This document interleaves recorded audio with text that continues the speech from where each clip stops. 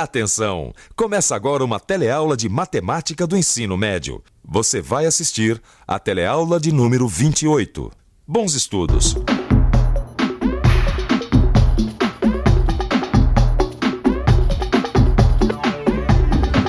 Oi! Todos os dias, quando a gente abre os jornais, a gente encontra gráficos e tabelas como estes aqui. Estes gráficos e tabelas tentam transmitir de forma mais simples os fatos do dia a dia. O leitor que não estiver familiarizado com essas interpretações não acompanha ou perde muitas das informações fornecidas. Gráficos e tabelas não são novidades para a gente. Você já deve ter ouvido falar muito nesse assunto nas nossas últimas teleaulas. Hoje nós vamos aprofundar um pouco este tema, vendo como se constroem e como se interpretam gráficos de funções. Funções você deve lembrar da última teleaula. E hoje nós vamos falar um pouco sobre gráficos e tabelas. Vamos nessa?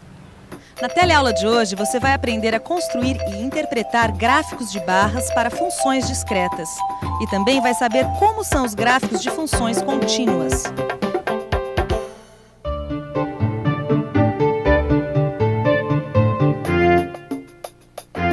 Tá ok, então, obrigado, até amanhã, né? Até logo.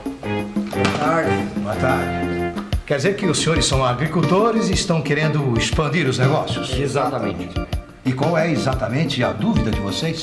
Sabe o que é, doutor? Eu prefiro mais plantar no Nordeste do que plantar no Sul do país. Pois é, e eu acho exatamente o contrário. Eu acho que as terras do Sul são mais produtivas, que a gente vai ganhar mais dinheiro plantando no Sul do que plantando no Nordeste. O que o doutor acha disso, hein? Ei, em primeiro lugar, é bom deixar claro que a região Nordeste é muito grande e seu clima é muito favorável às atividades agrícolas.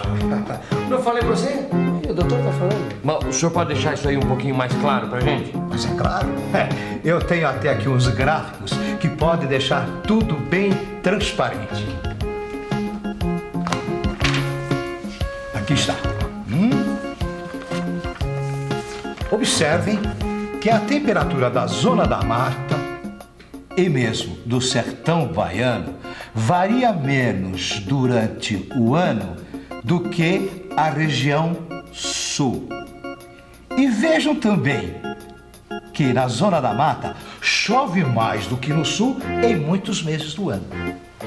Olha, doutor, se o senhor tá falando, eu acredito, sabe? É que eu não tô entendendo esses gráficos não, sabe? Não estou entendendo mesmo. Realmente esses gráficos são muito difíceis de entender assim numa primeira olhada. É que nós temos dois gráficos no mesmo plano cartesiano. Ah, isso eu já tinha visto. O senhor quer dizer, tem essa linha curva aqui e tem o gráfico de barras, não é isso? Mas eu tenho esses gráficos desenhados separadamente. Querem ver? Opa! Pois é claro. Aqui está. Aqui. E aqui. Nossos amigos estão com algumas dificuldades de entender esses gráficos. Mas também, como já foi dito, são dois gráficos desenhados no mesmo plano cartesiano. Mas eu também tenho esses mesmos gráficos desenhados separadamente. Olha só.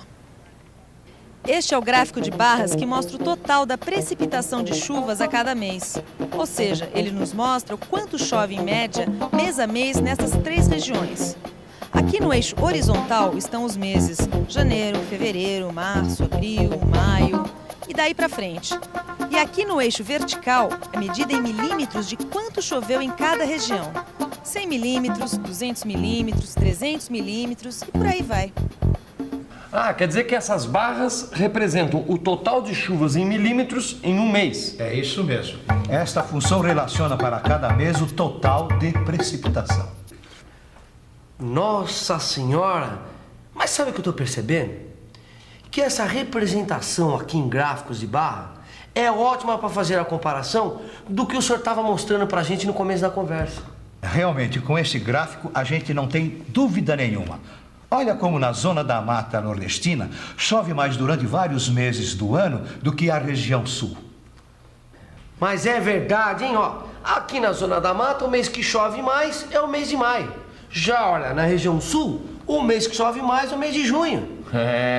E no sertão baiano as coisas são bem diferentes, hein? Não chove quase nada, rapaz. Muito menos que nas outras regiões. Mas como vocês viram, não é todo o Nordeste que tem pouca chuva. Se no sertão da Bahia a água é pouca, na região da zona da mata, Água é que não falta. É verdade. É por isso que eu falei com vocês no início da nossa conversa. Dependendo do que vocês vão plantar, uma região pode ser mais importante do que a outra. É verdade. Mas isso não depende só da chuva, não é, doutor? Não, depende de uma série de coisas. Do tipo de solo, do custo de investimento de cada região e de muitos outros fatores. Sim, inclusive a temperatura. Inclusive, que temos também representada graficamente. Então vamos ver esse gráfico aí que mostra a temperatura dessas 3 regiões, né? Vamos. Certo?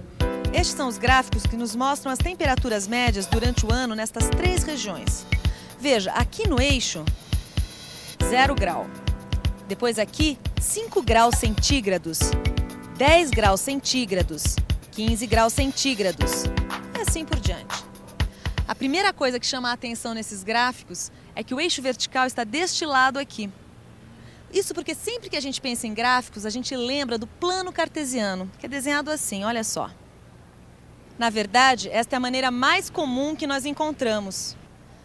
Mas, na verdade, não está errado colocar o eixo vertical como estão nesses gráficos de temperatura. Dá para ler da mesma maneira. Aliás, facilitaria mais ainda se esse eixo vertical andasse pelo gráfico. Quer ver como fica?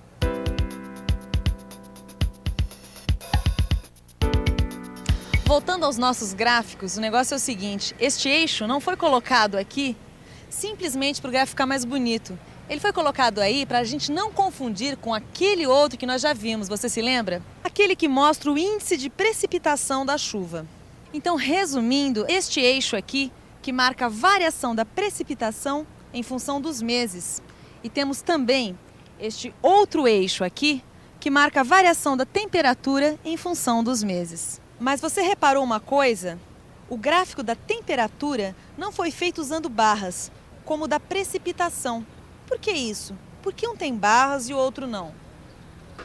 É mesmo, doutor? Por que um tem barra e o outro não tem? Porque são coisas diferentes. No caso da precipitação das chuvas, a medição é feita dia a dia e depois a soma total. Isto é, o total durante todo o mês é colocado no gráfico. E com a temperatura também não é assim, não? Imagina fazer um gráfico somando cada dia as temperaturas durante todo o mês. Para você ter uma ideia de como isso seria um absurdo, vamos pegar as temperaturas desta semana que saíram aqui neste jornal.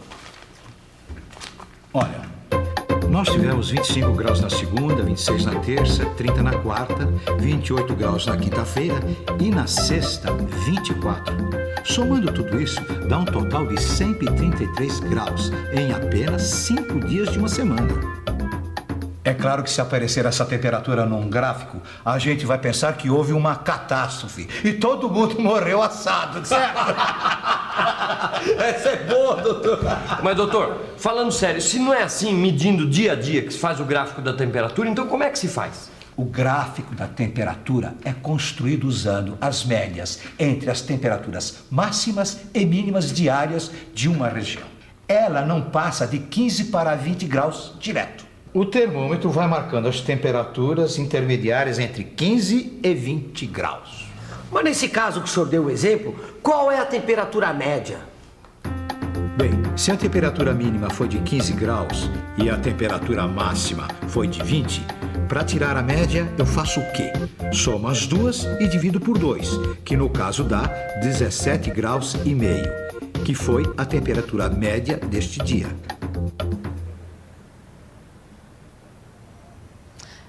Minha temperatura está ótima, 36 graus e meio.